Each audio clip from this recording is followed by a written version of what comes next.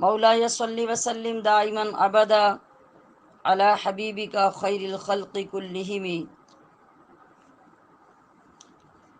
کوئی گل باقی رہے گا نہ چمن رہ جائے گا، کوئی گل باقی رہے گا نہ چمن رہ جائے گا، ایک رسول اللہ کا دین حسن رہ جائے گا۔ ہم سفیرو باغ میں ہے کوئی دم کا چہچہا، بلبلیں اڑ جائیں گی سونا چمن رہ جائے گا۔ اطلس و کم خواب کی پوشاک پہ نازا نہ ہو، اس تن بے جان پر خاکی کفن رہ جائے گا۔ اے انسان یاد رکھ ہر آن آخر موت ہے، یاد رکھ ہر آن آخر موت ہے، مت تو بن انجان آخر موت ہے۔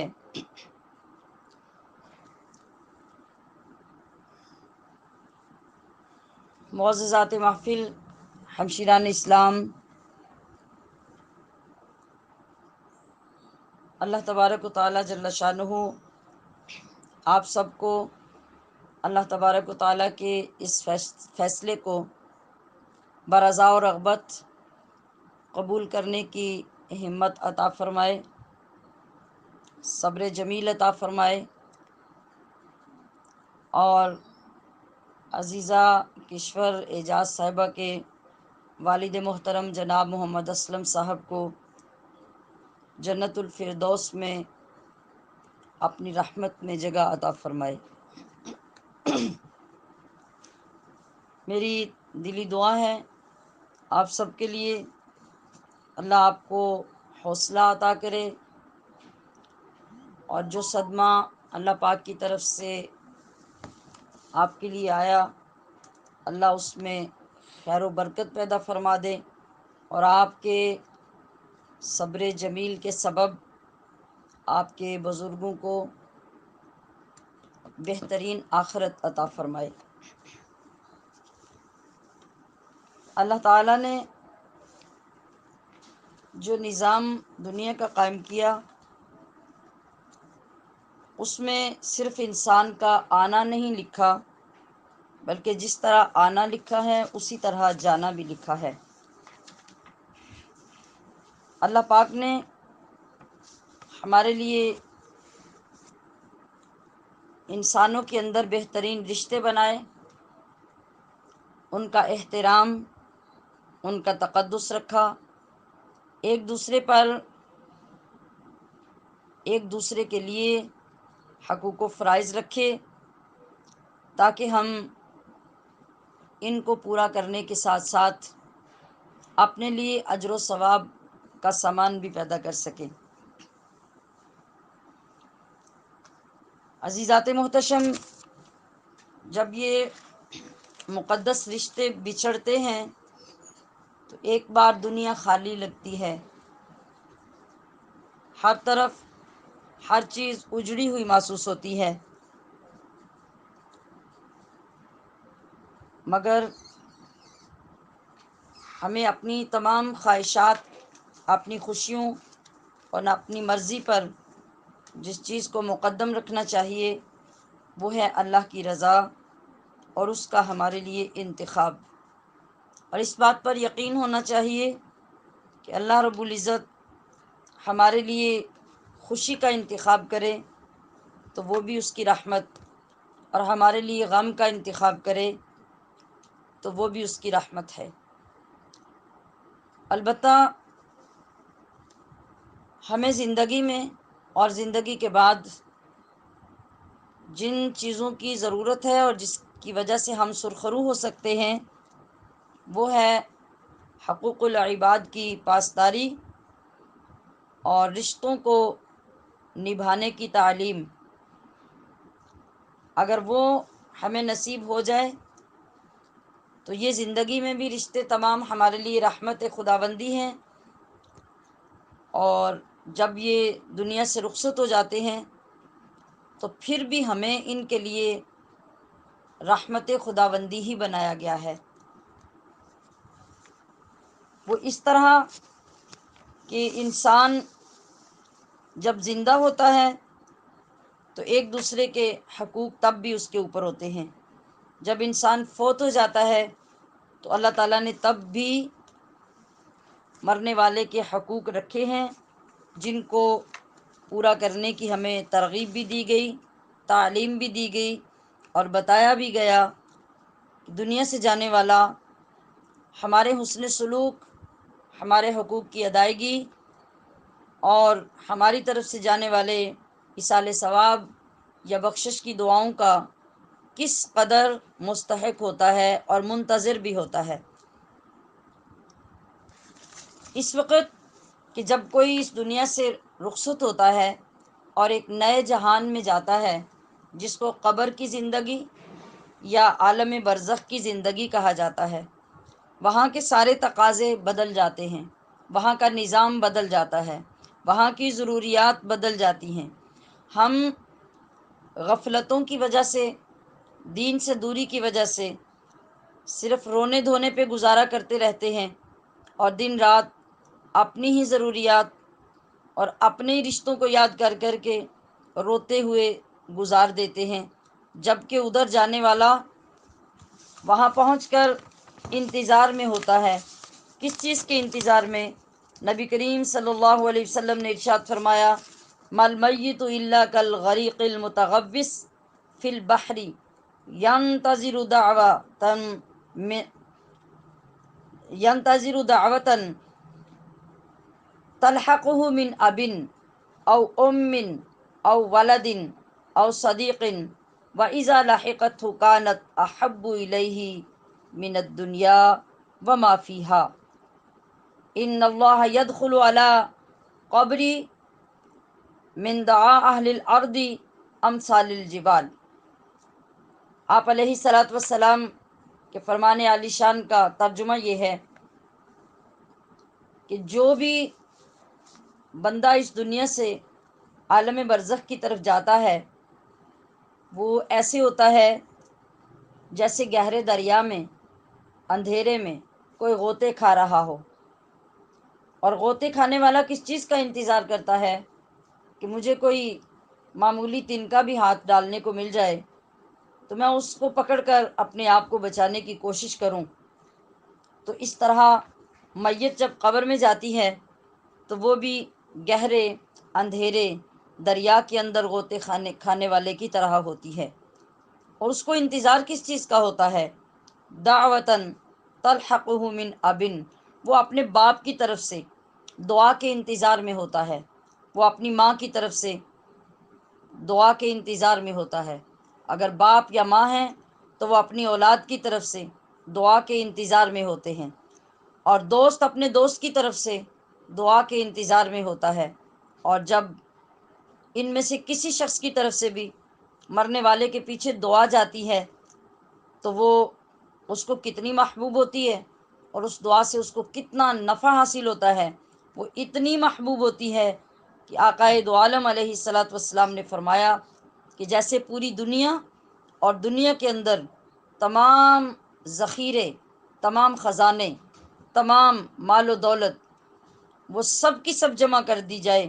اور کسی شخص کو پیش کر دی جائے، جتنی خوشی وہ سب کچھ لینے پہ اس شخص کو ہوگی، اس سے بھی زیادہ خوشی قبر والے کو پیچھے والوں کی طرف سے دعا کی جانے کی ہوتی ہے۔ اور وہ دعا جب اللہ کی بارگاہ میں پہنچتی ہے تو اللہ رب العزت ایک فرشتے کے ذریعے اس دعا کو، ان الفاظ کو، یا وہ صدقہ و خیرات جو ہم بیچتے ہیں اس کو، یا جو تلاوت کرتے ہیں اس کو، سب چیزوں کو نور میں تبدیل کر دیتا ہے، اس لیے کہ وہ جہان نور کا جہان ہوتا ہے، وہ ہماری طرح مادی جہان نہیں، لہٰذا ان ساری چیزوں کو نور بنا دیتا ہے۔ اور پھر ایک فرشتے سے فرماتا ہے کہ جاؤ جنت سے نوری تھال لو، اس کے اوپر نوری دسترخوان بچھاؤ، اور اس تھال کے اندر یہ سارا نور جو لوگوں کی دعاؤں کا، صدقے کا، خیرات کا ہے، وہ اندر رکھ کر اس قبر پہ چلے جاؤ جس کے لیے لوگوں نے دعا کی ہے اور جو کچھ زمین والوں نے اس کے لیے مانگا ہے، اس کو لے کر قبر پہ پہنچو، اور حدیث پاک میں ہے کہ وہ جو کچھ نور اس کے اندر ڈال کے بھیجا جاتا ہے وہ اللہ اپنے کرم اور فضل سے بڑھا کر اتنا زیادہ کر دیتا ہے جیسے پہاڑ ہوں، پہاڑوں کی طرح اللہ پاک اس اجر و ثواب کا نور بنا دیتا ہے۔ تو ہمشیران محترم، ہمارے لیے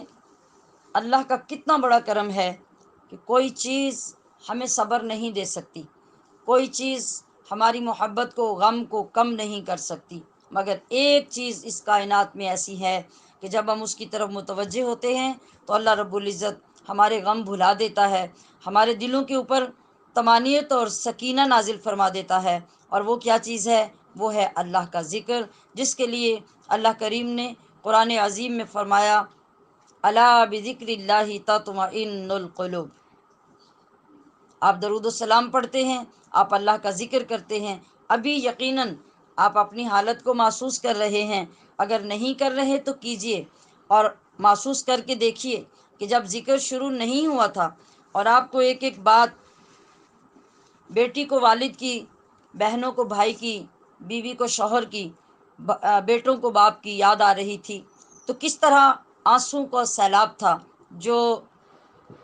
تھمتا نظر نہیں آتا تھا، مگر جس وقت اللہ کے ذکر کا نور اللہ اپنی شان سے بندے پر اتارنا شروع کر دیتا ہے تو بندے کو تسکین ملنی شروع ہو جاتی ہے، اس کو سکون آنا شروع ہو جاتا ہے، اس کا غم مغلوب ہو جاتا ہے اور اللہ کے ذکر کی برکتیں اس پہ غالب ہو جاتی ہیں۔ بس یہی ہمارے اوپر اللہ کا ایک عظیم الشان احسان ہے کہ ہم اگر اس کو محسوس کریں، اس کی قدر کریں، اس کی پابندی کریں تو اللہ ہمارے اندر اتنا حوصلہ، اتنی طاقت پیدا کر دیتا ہے کہ بڑے بڑے غم ہم آسانی سے برداشت کرنے کے قابل ہو جاتے ہیں۔ ہمیں صرف یہ نہیں سوچنا چاہیے کہ کوئی شخص ہم سے چلا گیا تو کیوں چلا گیا، اگر چلا گیا تو ہم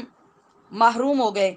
بلکہ ہمیں یہ دیکھنا چاہیے کہ ہم تو محروم ہوئے ہیں مگر جانے والا مرحوم ہو گیا ہے۔ کتنا بڑا فرق ہے، صرف ایک حرف کو آگے پیچھے کرنے سے دو لفظ بن گئے، ایک ہے محروم، ایک ہے مرحوم۔ ہم سمجھتے ہیں کہ ہم اپنے رشتے سے محروم ہو گئے، ہم سمجھتے ہیں کہ ہماری محبت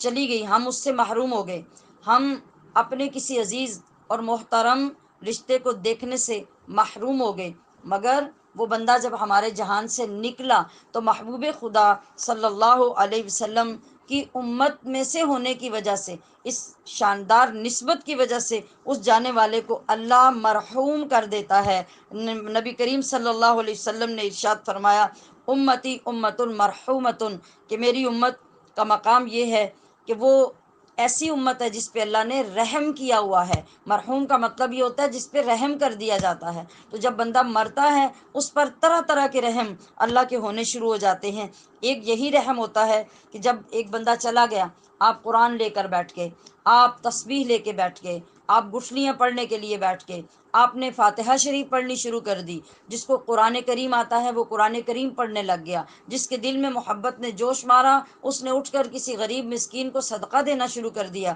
کھانا کھلانا شروع کر دیا، تو یہ ساری صورتیں کون سی ہیں؟ یہ اللہ کے رحم کرنے کی صورتیں ہیں۔ اب وہ بندہ ان ساری صورتوں کے سائے میں مرحوم بن گیا، اور یہی مضمون ہمارے پیارے آقا صلی اللہ علیہ وسلم نے فرمایا کہ میری امت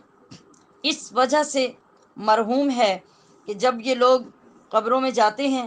ان کے کندھوں پر گناہوں کی گٹھڑیاں ہوتی ہیں، مگر ان کے مرنے کے بعد میری امت کے پیچھے رہنے والے لوگ جب ان کو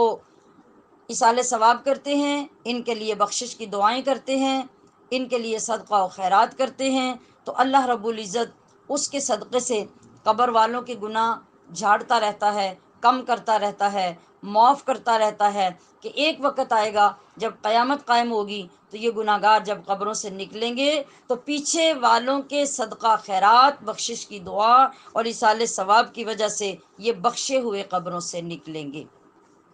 یعنی ان پر رحم کر دیا جائے گا۔ تو آپ دیکھیے کہ مرنے والے پر اللہ نے اس موت کی وجہ سے اور پیچھے والوں کے حسن سلوک کی وجہ سے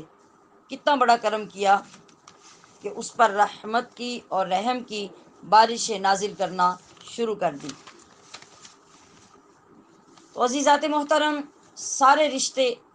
دنیا میں خوبصورت سے خوبصورت ہیں،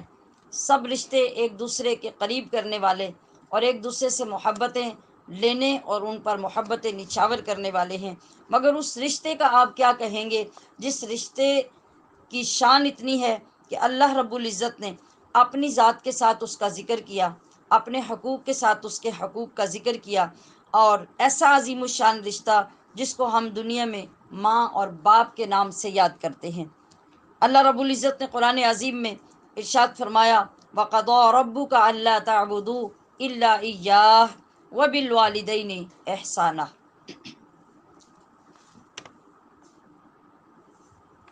کہ اللہ تبارک و تعالیٰ نے، یعنی اے انسان تیرے رب نے یہ فیصلہ کیا، یہ حکم دیا کہ اس کے ساتھ کسی کو عبادت میں شریک مت کرو، اور فوراً اگلی بات کیا فرمائی، وَبِالْوَالِدَيْنِ إِحْسَانًا، اور والدین کے ساتھ حسن سلوک کرو۔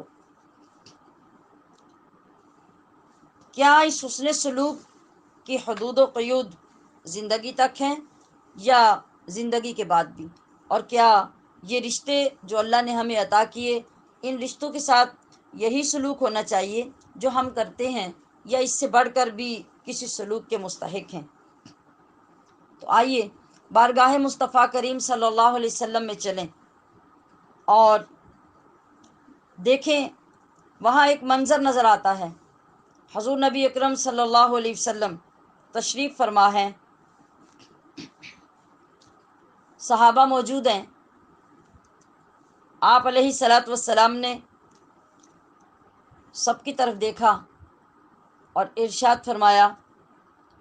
کہ تم میں سے کوئی شخص بھی جو اس محفل میں بیٹھا ہے ایسا ہو جس نے اپنے رشتہ داروں سے قطع رحمی کی ہو تو وہ مجلس سے اٹھ جائے۔ آپ نے ایک مرتبہ یہ فرمایا، پھر دوسری مرتبہ فرمایا، آپ اس کو باہر ساؤنڈ کے ساتھ اٹیچ کر سکتے ہیں تو یہاں سے وہاں پہ کر لیں۔ آپ علیہ الصلاۃ والسلام نے ایک مرتبہ ارشاد فرمایا کہ جو شخص آج اس حال میں بیٹھا ہے کہ کسی کا کوئی رشتہ دار ناراض ہے یا وہ قطع رحمی کر کے آیا ہے، کسی سے تعلق توڑ کے آیا ہے، تو وہ مجلس سے اٹھ جائے۔ آپ نے دوسری بار بھی فرمایا مگر کوئی شخص نہیں اٹھا۔ آپ نے جائزہ لیا، تیسری بار پھر فرمایا کہ جو شخص آج قطع تعلق ہی کر کے آیا ہے، کسی رشتہ دار کو ناراض کر کے یا اس سے تعلق توڑ کے آیا ہے، اس مجلس سے اٹھ جائے۔ جب 3 مرتبہ آپ علیہ الصلاۃ والسلام نے ارشاد فرمایا تو ایک آدمی وہاں سے اٹھا اور فوراً باہر نکل گیا۔ کچھ دیر گزری، ابھی محفل برخاست نہیں ہوئی کہ وہ شخص واپس آ گیا۔ جب واپس آیا، اب نبی علیہ الصلاۃ والسلام نے ارشاد فرمایا کہ تم پیچھے پہلے والی جگہ پہ مت جاؤ بلکہ میرے قریب آ کے بیٹھو۔ وہ شخص جب آقا دو عالم علیہ الصلاۃ والسلام کے قدموں میں بیٹھا تو آپ نے ارشاد فرمایا کہ تمہارے ساتھ کیا مسئلہ ہوا، مجھے بیان کرو، جو معاملہ ہوا، جو واقعہ ہوا وہ بیان کرو۔ اس شخص نے عرض کی، یا رسول اللہ، میری خالہ کے گھر میں میری ایک رشتہ داری قائم ہوئی، وجوہات پیدا ہوتی گئیں اور وہ رشتہ نبھ نہ سکا۔ میری اور میری خالہ کی لڑائی ہو گئی اور لڑائی اس حد تک بڑھ گئی کہ میں نے غصے میں آ کر خالہ سے کہہ دیا کہ میرا اور تمہارا آج کے بعد کوئی تعلق نہیں، میرے گھر سے فوراً نکل جاؤ، اور میں نے خالہ کو گھر سے نکال دیا اور وہ روتی ہوئی میرے گھر سے چلی گئی۔ آپ نے جب بار بار یہ ارشاد فرمایا تو میں اٹھا اور میں اٹھ کر سیدھا خالہ کے گھر گیا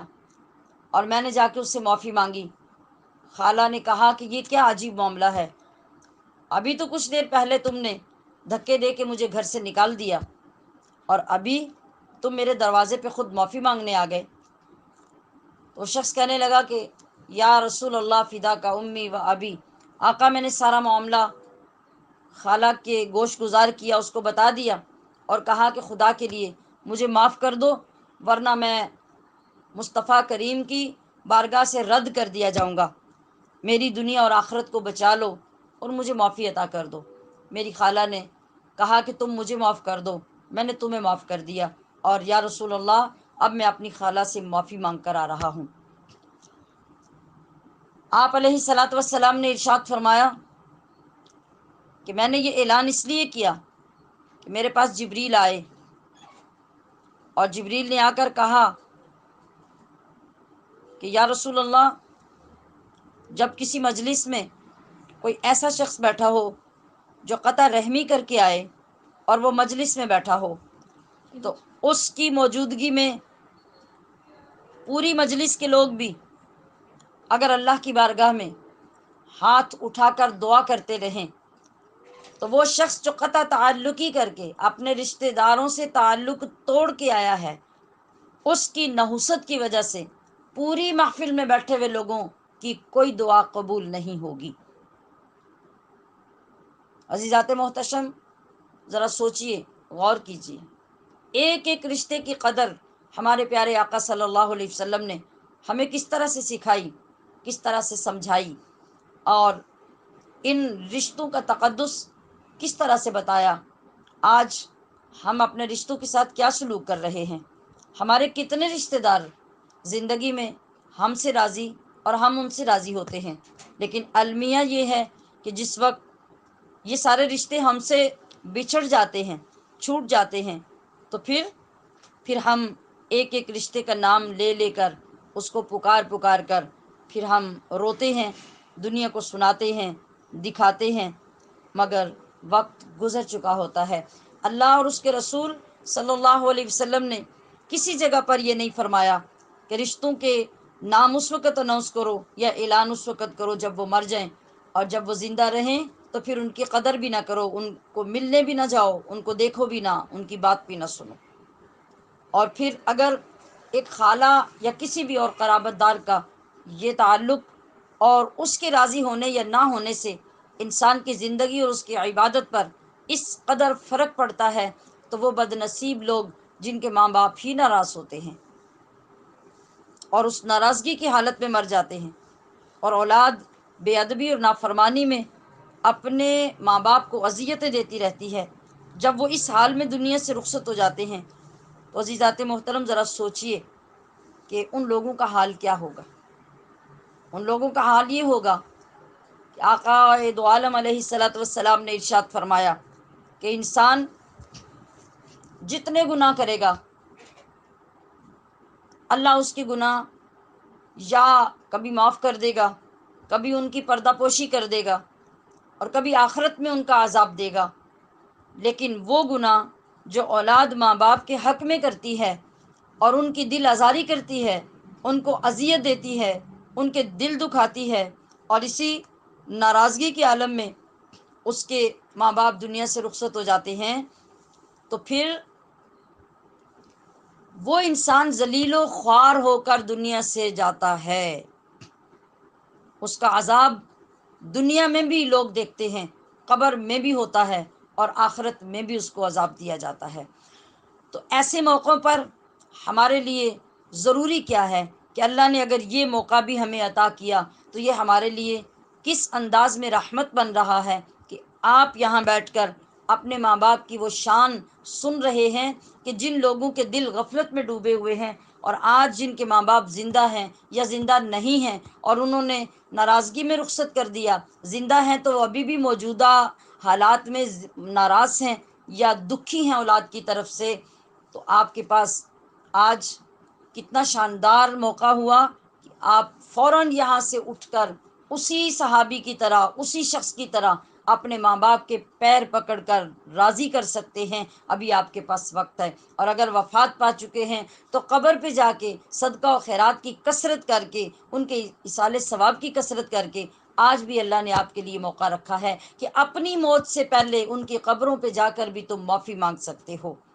ہم ان باتوں کی طرف کبھی دھیان نہیں کرتے، اور زندگی میں ماں باپ کو ناراض رکھ رکھ کر ان کو تنہائیوں میں چھوڑ کر ہم یہ سمجھتے ہیں کہ ہم بڑے بڑے عہدوں پہ فائز ہو گئے، ہم نے دنیا کما لی، اب ماں باپ بوڑھے ہو گئے، ان کو نہ ہماری بات کی سمجھ آتی ہے، نہ ہماری فیلڈ کی سمجھ آتی ہے، لہٰذا ان کے پاس تو بیٹھنا بھی بیکار ہے، بات کرنا بھی بیکار ہے، وقت ضائع کرنے والی بات ہے۔ تو عزیزات محتشم، اس عذاب سے ڈریے، اور مرنے کے بعد رونے سے پہلے ان کی زندگی میں رو کر ان کو راضی کر لیجئے، ان کے قدم پکڑ کر راضی کر لیں۔ کیوں؟ اس لیے کہ اللہ کے محبوب نے ارشاد فرمایا کہ باپ کی رضا میں رب کی رضا ہے، باپ کی ناراضگی میں رب کی ناراضگی ہے۔ اور کبھی کہیں پر یہ دیکھا جاتا ہے کہ جب بھی شان بیان ہو رہی ہے تو صرف ماں کی، فضیلت بیان ہو رہی ہے تو صرف ماں کی، بات بیان کی جا رہی ہے صرف ماں کی، اور باپ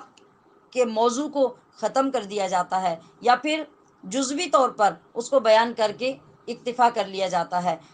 یاد رکھیے کہ ماں کے پیروں تلے اگر جنت ہے تو باپ کو اللہ کے محبوب صلی اللہ علیہ وسلم نے جنت کا سینٹرل گیٹ فرمایا ہے۔ مجھے بتائیے کہ اگر آپ کی جنت ماں کے قدموں کے نیچے ہے تو کیا آپ گیٹ کو چھوڑ کر، اسے نظر انداز کر کے کسی اور طریقے سے جنت میں داخل ہو سکتے ہیں؟ نہیں، آپ کو گیٹ میں سے گزر کر ہی باوقار طریقے سے جنت میں جانا ہے۔ تو پھر سوچئے کہ ماں اور باپ میں سے ہر ایک کا ادب، ہر ایک کا احترام کس قدر ہے۔ اللہ تعالیٰ کا شکر ادا کیجئے جس نے آپ کو ماں باپ جیسی، ہم سب کو ماں باپ جیسی نعمت عطا کی، اور پھر سب سے بڑا شکر اس وقت کیجئے جب آپ کے ماں باپ آپ سے راضی ہوں اور اس حال میں دنیا سے رخصت ہوں، آپ کو دعائیں دیتے ہوئے دنیا سے جائیں، اس وقت آپ سے خوش نصیب کوئی اولاد نہیں ہے۔ ہر لمحہ، ہماری ہر سانس میں ہمارے دنیا سے چلے جانے والے ماں باپ کے لیے دعائیں ہونی چاہیے، ان کے لیے صدقے کا، ان کے لیے خیرات کا، ان کے لیے ثواب کا اہتمام ہونا چاہیے، اور ہمیں ہر وقت اسی طرح فکر ہونی چاہیے جس طرح ہمیں اپنے لباس کی، اپنے جسم کی، اپنی خوراک کی فکر ہوتی ہے۔ ہم اگر زندگی میں کوتاہیاں کرتے بھی رہے ہیں تو ان کی موت کے بعد کبھی کوتاہی نہ کریں۔ ایک جاننے والے شخص بیان کرتے ہیں کہ ہمارے عزیزوں میں ایک بزرگ آدمی تھے، بیرون ملک سیٹل ہو گئے، اولاد ساری وہاں چلی گئی، خاندان ادھر منتقل ہو گیا، ریل پیل تھی مال کی، دولت کی، کسی چیز کی کمی نہیں۔ تو میں ملاقات کے لیے ان کے پاس گیا، میں نے دیکھا کہ طرح طرح کے ہیٹر پڑے ہیں، طرح طرح کی مشینری پڑی ہے، مساجر پڑے ہیں، مشینیں پڑی ہیں جو آٹومیٹیکلی ان کو مساج کرتی ہیں، دباتی ہیں۔ تو یوں لگ رہا تھا کہ جیسے کروڑوں نہیں، اربوں کا مالک یہ خاندان، کہ اس کے اندر کسی چیز کی کمی نہیں۔ تو وہ بھائی کہتے ہیں کہ میں نے ان بزرگوں سے کہا کہ اللہ نے آپ پہ تو بڑا کرم کیا ہے، اللہ نے آپ کو بڑی دولت، بڑا مال عطا کیا، آپ کی اولاد نے تو بڑھاپے میں آپ کے لیے بڑی سہولتیں پیدا کر دی ہیں، ہر طرح کی مشینری آٹومیٹیکلی آپ کی خدمت کے لیے موجود ہے، تو آپ تو بڑے خوش نصیب ہیں۔ میں نے تو یہ گفتگو کی، بات کی، مگر وہ بزرگ میری بات سن کر رونے لگ پڑے، ان کی آنکھوں سے آنسو جاری ہو گئے۔ تو کہتے ہیں کہ میں نے رونے کی وجہ پوچھی تو بزرگ نے روتے ہوئے جواب دیا کہ مجھے اس عمر میں ان مشینوں کی تو ضرورت نہیں، کاش کہ میری اولاد دن میں 5 منٹ مجھے دے دیا کرے، میرے پاس بیٹھ کے بات کر لیا کرے، میرا حال پوچھ لیا کرے، مجھے دیکھ لیا کرے۔ تو ان مشینوں سے تو مجھے سکون نہیں مل سکتا،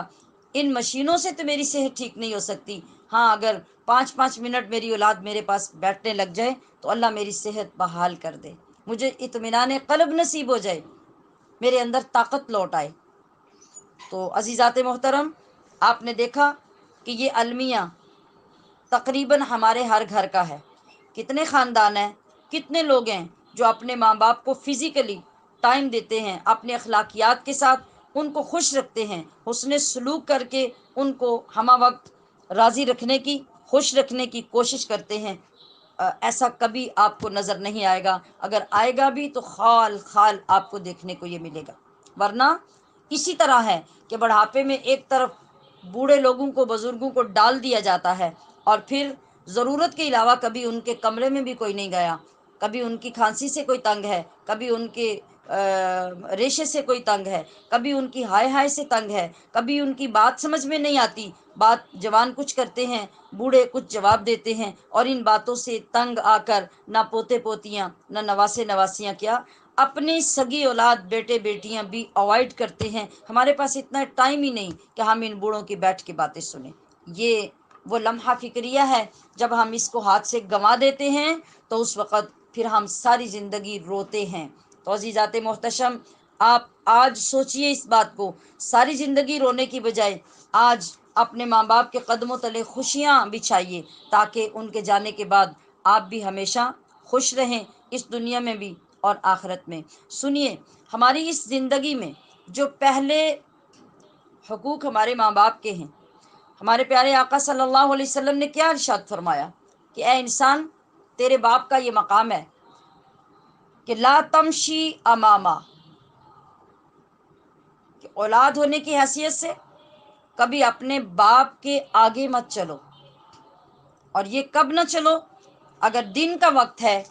تو آپ اپنے باپ کے آگے کبھی نہ چلو کہ باپ پیچھے چل رہا ہو اور تم آگے چل رہے ہو، تو یہ انتہا درجے کی بے ادبی ہے۔ مگر رات کے وقت ادب یہ سکھایا کہ رات میں تم آگے چلو اور باپ کو پیچھے چلاؤ۔ سمجھیے، ذرا غور کیجیے، دونوں وقتوں میں اتنا بڑا فرق کیسے ہے کہ وہاں پر باپ کا ادب یہ ہے کہ باپ آگے ہو، اس لیے کہ سب کچھ دکھ رہا ہے، باپ بھی دیکھ رہا ہے اور اس کو پتہ ہے کہ مجھے کیسے چلنا ہے۔ اس وقت تمہارا ادب یہ ہے کہ تم باپ کے پیچھے چلو۔ رات کے وقت تمہارا ادب اور تمہاری حفاظت کا تقاضا یہ ہے کہ تم آگے چلو، کہ آگے کوئی ٹھوکر لگنے والی چیز ہو، کوئی زخمی کرنے والی چیز ہو، کوئی نقصان دہ چیز ہو، تو اس کو فیس تم کرو، تمہارا باپ نہ کرے۔ باپ تمہارے پیچھے رہے، تمہارے پیچھے حفاظت کے ساتھ چلے۔ سوچئے ذرا، اس ایک پوائنٹ میں اللہ رب العزت نے اولاد کو کتنا ادب سکھایا ہے۔ اور یہاں تک جو قرآن کریم نے فرمایا کہ وَلَا تَقُل لَّهُمَا أُفٍّ وَلَا تَنْهَرْهُمَا، کہ ماں باپ جب بوڑھے ہو جائیں تو ان کو اف تک نہ کہو اور سختی سے جھڑکنے کے انداز میں بات تک نہ کرو۔ حضرت عبداللہ ابن عباس تشریف فرما ہے، نبی علیہ الصلوۃ والسلام کے صحابی، آپ کے چچا کے بیٹے۔ تو ایک بچہ آیا، وہاں اس کا باپ بیٹھا تھا۔ اس بچے نے اپنی قمیص کا دامن اس طرح سے جھاڑا جیسے کوئی چیز لگی ہو دامن پہ، فار ایگزامپل کوئی معمولی خاک لگ جائے، مٹی لگ جائے یا کوئی اور چیز لگ جائے تو اس کو بندہ جھاڑ کے صاف کرتا ہے، یا کوئی معمولی چیز گر جائے تب بھی دامن کو پکڑ کے جھاڑا جاتا ہے۔ اس بچے نے اپنے باپ کے سامنے، جبکہ حضرت عبداللہ ابن عباس بھی بیٹھے تھے، اپنے دامن کو جھاڑا۔ تو حضرت عبداللہ ابن عباس نے اس بچے سے پوچھا کہ تم نے کیا کیا؟ اس نے کہا حضرت میرے دامن میں کوئی چیز نہیں تھی۔ آپ نے ارشاد فرمایا کہ اپنے باپ کے سامنے کھڑے ہو کر اس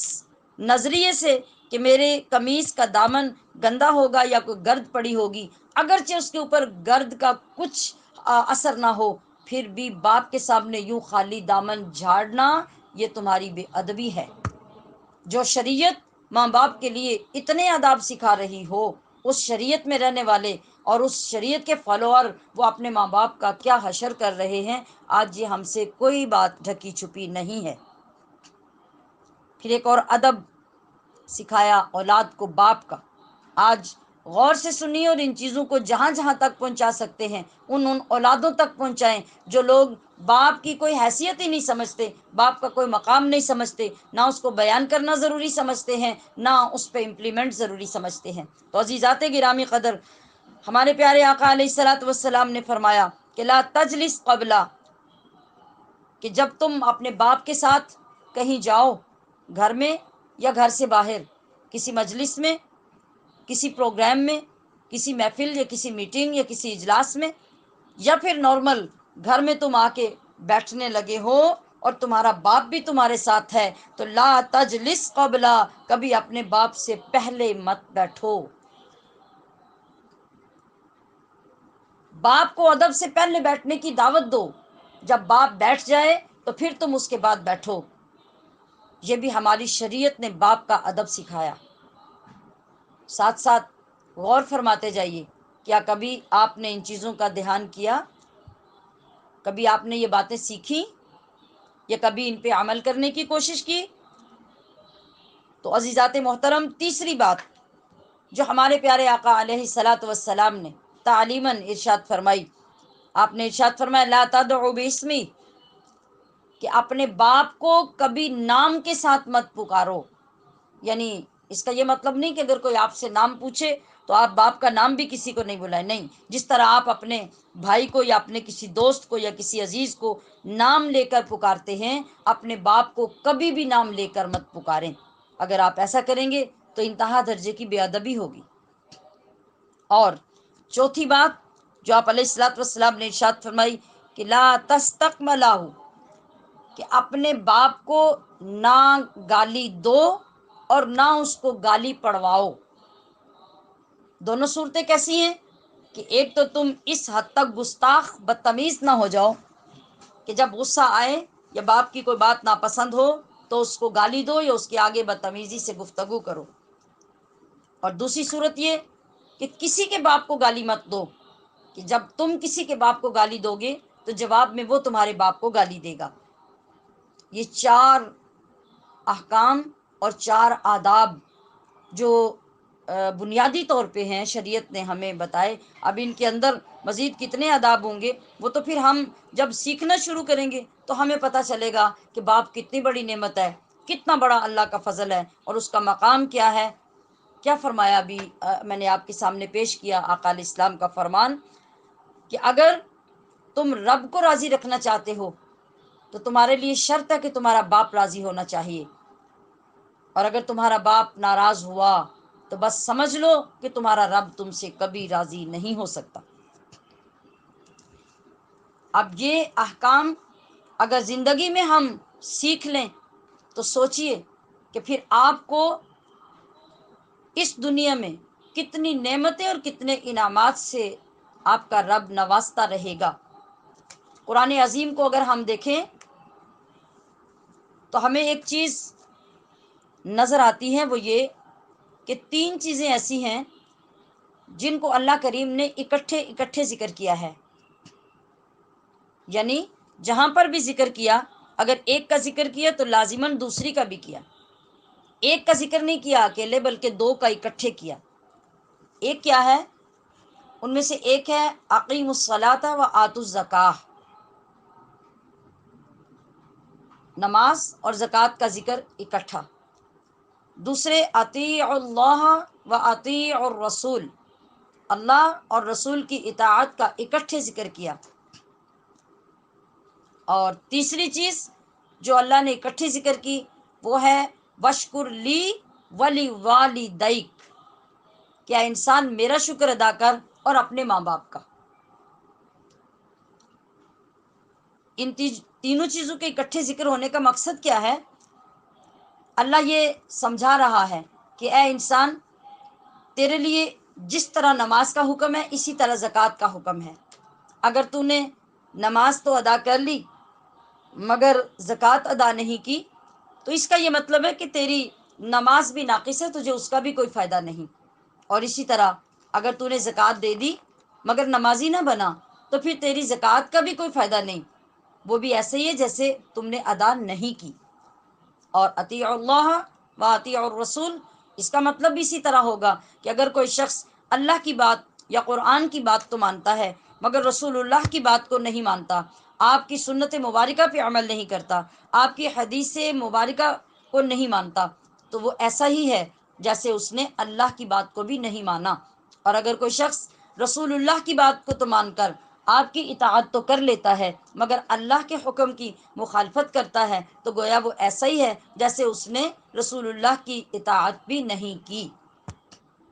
اب آتے ہیں تیسری بات کی طرف جو آج ہمارا موضوع ہے۔ اللہ نے ارشاد فرمایا وشکر لی ولی والدیک، کہ اے بندے میرا شکریہ ادا کر اور اپنے والدین کا شکریہ ادا کر۔ اب اس کا کیا مطلب ہے؟ اس کا بھی وہی مطلب ہے جو پہلی دو چیزوں کا مطلب ہے کہ اگر تو نے اللہ کا شکر تو ادا کیا مگر اپنے ماں باپ کا شکر گزار نہ بنا تو گویا تو اللہ کا بھی ناشکرا ہے۔ اور اگر تو نے ماں باپ کی شکر گزاری کی مگر اللہ کی شکر گزاری نہیں کی تو پھر تو اللہ کا نہ شکرہ ہے۔ کسی ایک کی شکر گزاری، ایک کی اطاعت یا ایک پر عمل آپ کا اس وقت تک قبول نہیں ہوتا جب تک آپ دوسرے پہ عمل نہیں کرتے۔ آپ سوچتے جائیے، غور فرماتے جائیے کہ اللہ نے ہمیں ماں باپ کا جو رشتہ عطا کیا ہے وہ کتنا بڑا ہے، کتنا بلندی والا، کتنی شان والا ہے، اور ہماری زندگی اور ہماری موت دونوں کے ساتھ اس کا کتنا گہرا تعلق ہے، اور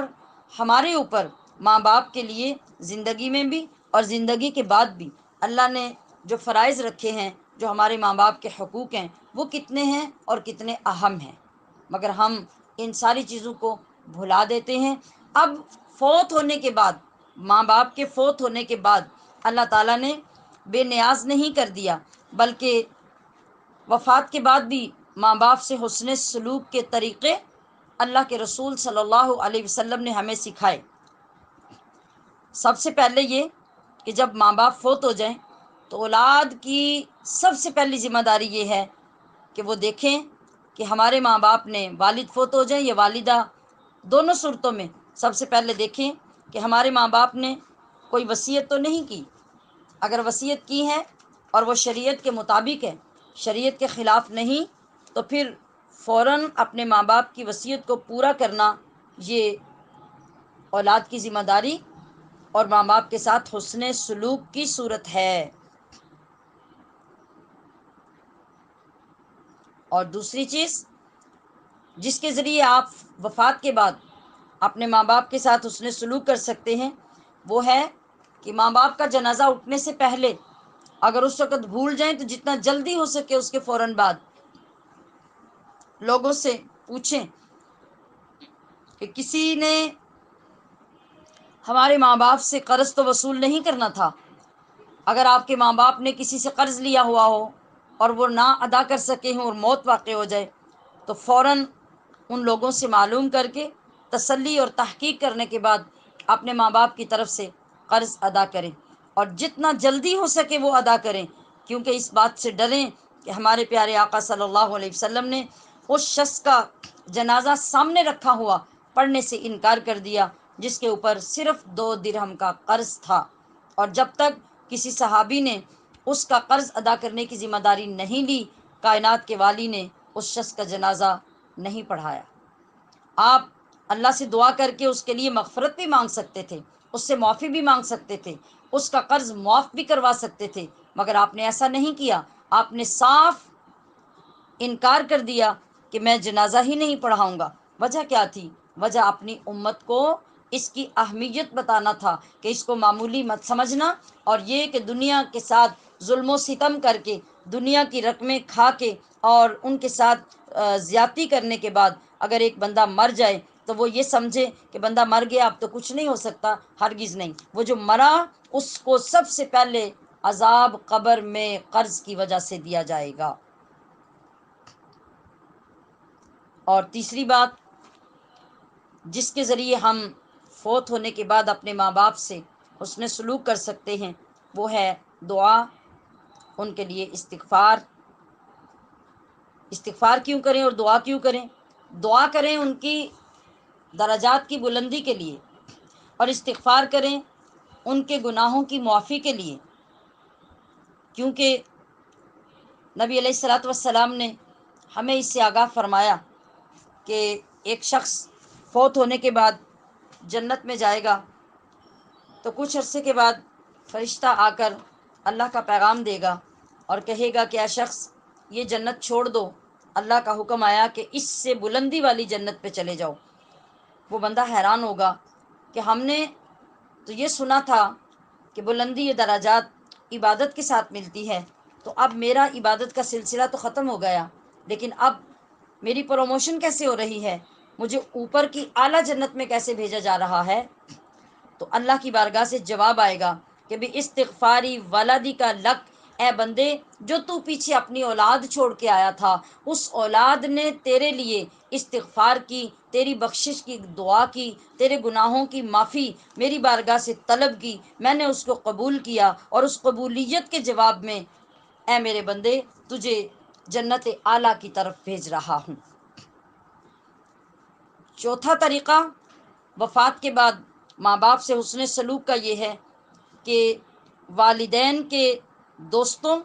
اور قریبی رشتہ داروں سے حسن سلوک اس طرح کریں جس طرح آپ کو ماں باپ کے ساتھ کرنا چاہیے تھا۔ مثلا اگر آپ کے والد ہیں تو والد کے جو دوست احباب ہیں، والد کے بھائی ہیں، ان کو اپنے والد کی جگہ پہ سمجھیں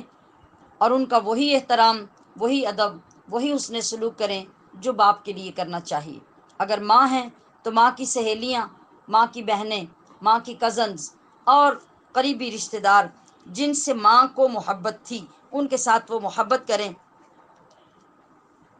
اللہ تبارک و تعالیٰ آپ کو ماں باپ سے حسن سلوک کا اجر عطا فرمائے گا۔ اور پانچویں بات، والدین کی طرف سے صدقہ و خیرات کرنا۔ صدقہ و خیرات کے لیے یہ مت سمجھو کہ آپ کو ہزاروں یا لاکھوں روپے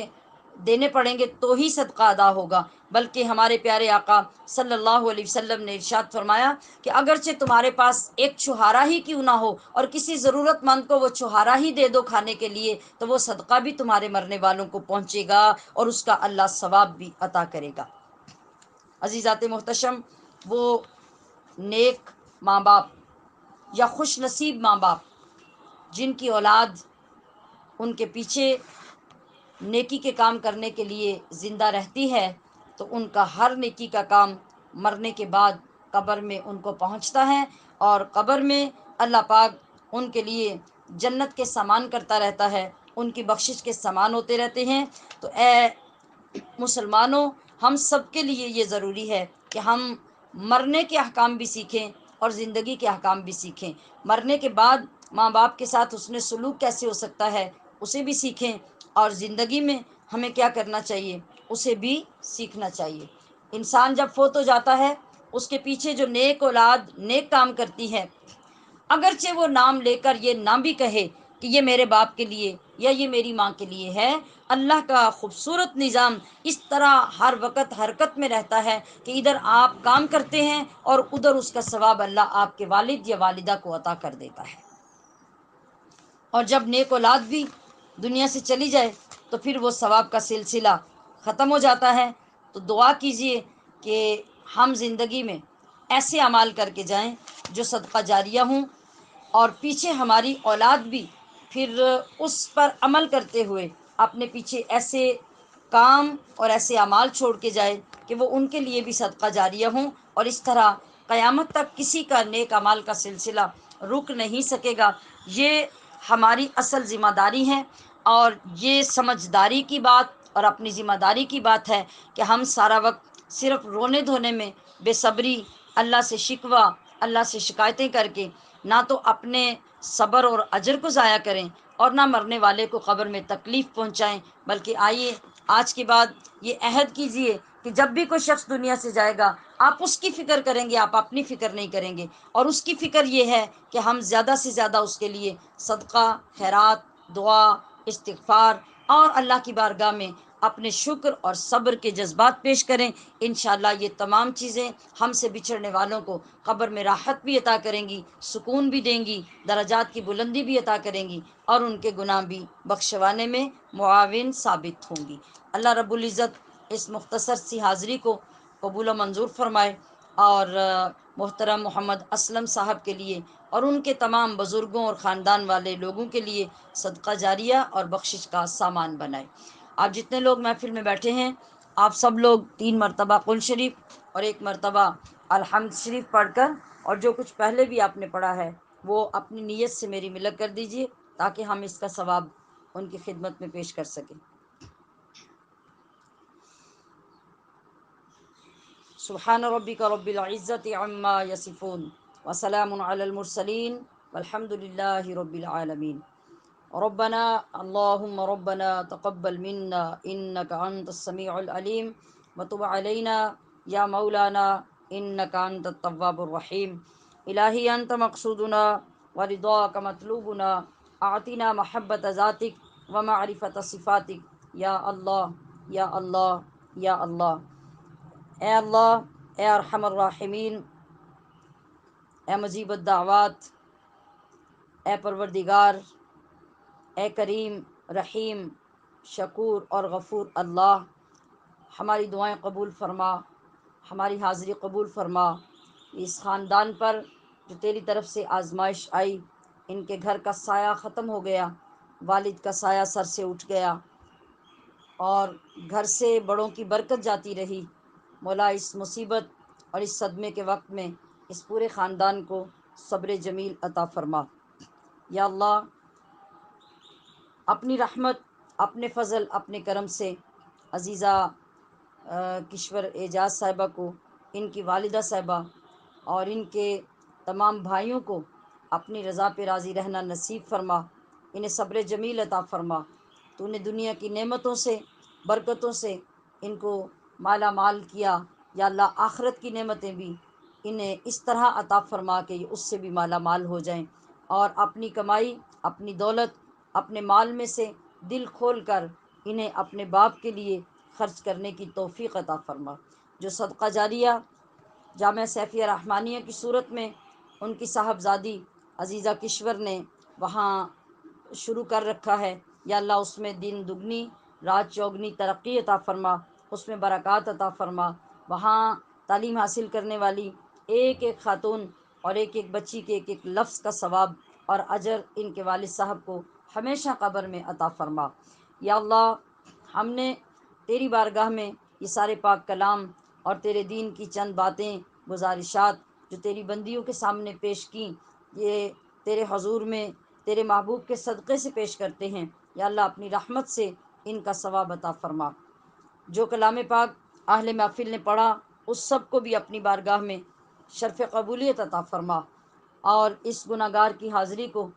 اس انداز سے جو فزیکلی نہیں ہو سکتی تھی، جس طرح ممکن ہوئی، اس خاندان کی دل جوئی اور غم گساری کے لیے جو میں نے پیش کی، یا اللہ اسے اپنی بارگاہ میں قبول فرما، اور اس کے صدقے ان کے دلوں کو اطمینان اور خوشی عطا فرما۔ یا اللہ جانے والوں کو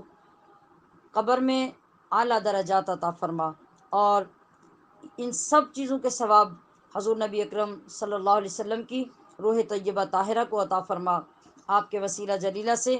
آپ کے والدین کریمین، ازواج مطہرات، بنات پاک، انبیاء و رسول، صحابہ اکرام، تابعین، تبع تابعین کو عطا فرما۔ تمام محدثین، مفسرین، مقربین، صالحین، مومنین و مسلمین کو عطا فرما۔ یا اللہ، حضور نبی اکرم صلی اللہ علیہ وسلم کے صدقے سے سیدنا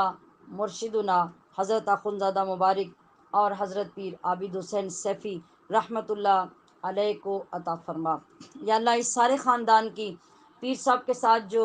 قلبی اور روحانی نسبت تھی، اور پھر تیری رحمت، تیری قدرت اور تیرا انتخاب کہ انہی کے گھر میں تو نے حضرت پیر صاحب کی وفات کا وقت مقرر کیا اور یہیں سے ان کی روح پرواز ہوئی۔ یا اللہ یہ جگہ بھی ان کی خدمات اور ان کے خوبصورت تعلقات کی گواہ ہے۔ یا اللہ ان کے درجات کو بھی بلند فرما، اور وفات کے بعد بھی زندگی کی طرح اس خاندان پر ان کا سایہ شفقت قائم و دائم فرما۔ اے اللہ، اپنے پیارے محبوب کا صدقہ اس خاندان میں آج تک جتنے لوگ بھی دور و نزدیک ان کے ساتھ تعلق رکھنے والے، اور ان کی بستی میں جتنے لوگ آج تک ان کے قبرستانوں میں مدفون ہیں، ان سب کو بھی آج کی دعا اور محفل کا ثواب پیش کرتے ہیں، سب کو عطا فرما۔ اے اللہ، خاص خاص جس روح مبارکہ کے صدقے سے آج کی محفل منعقد ہوئی، اور وہ محترم محمد اسلم صاحب کی روح ہے، یا اللہ اس روح کو آسودگی عطا فرما، اسے راحت عطا فرما، اسے تسکین عطا فرما۔ یا اللہ جو ساری زندگی لوگ آزاد دنیا میں رہ کر تیرے اس گھر میں جو قبر کا گھر ہے، جو برزخ کا گھر ہے، وہاں جاتے ہیں، مولا وہ نیا دیس ہوتا ہے، وہ نئی زندگی ہے، وہ نیا ماحول ہے، ان کی روح کو وہاں کے ماحول سے انس عطا فرما۔ یا اللہ ان کے لیے وہاں آسانیاں عطا فرما، ان کے نیک اعمال کو انہیں قبر میں ساتھی کے طور پہ بھیج دے۔ یا اللہ اپنی رحمت کا ساتھ انہیں نصیب فرما۔ اے اللہ رمضان المبارک میں تیری خاص رحمتیں جن لوگوں پہ نازل ہوتی ہیں اور تو ان کو اپنی بارگاہ میں بلاتا ہے، اس ماہ مبارک کی نسبتوں کا صدقہ ان سب کے صغیرہ و کبیرہ گناہ معاف فرما، اور اے اللہ ان کی قبر پہ ہر دم برستی ہوئی رحمتیں نازل فرما، جو تو رمضان میں نازل کرتا ہے ہر ایک کو اس سے بہرہ ور کرتا ہے۔ یا اللہ انہیں بھی وافر مقدار میں بہرہ ور فرما۔ اے اللہ تیری بارگاہ میں خاص طور پر اس پورے خاندان پہ رحمت، کرم اور فضل کے نزول کی دعا کرتی ہوں، اور ان سب کے لیے صبر جمیل کی دعا کرتی ہوں۔ یا اللہ ان سب کے لیے اجر جمیل کی دعا کرتی ہوں۔ یا اللہ میری دعائیں ان کے حق میں قبول فرما۔ اے پاک اللہ تجھے تیری رحمتوں کا واسطہ، ہم کمزور اور بے بس لوگ ہیں، بے عمل لوگ ہیں، کمزور عمل رکھتے ہیں۔ یا اللہ ہمارے اعمال میں مضبوطی پیدا فرما دے، ہمارے صبر میں اضافہ فرما دے۔ یا اللہ ہمارے اوپر اپنی رحمت کی نگاہ فرما دے، اور اس کے صدقے ہم سب کی بھی بخشش فرما دے۔ یا اللہ 3 دن پہلے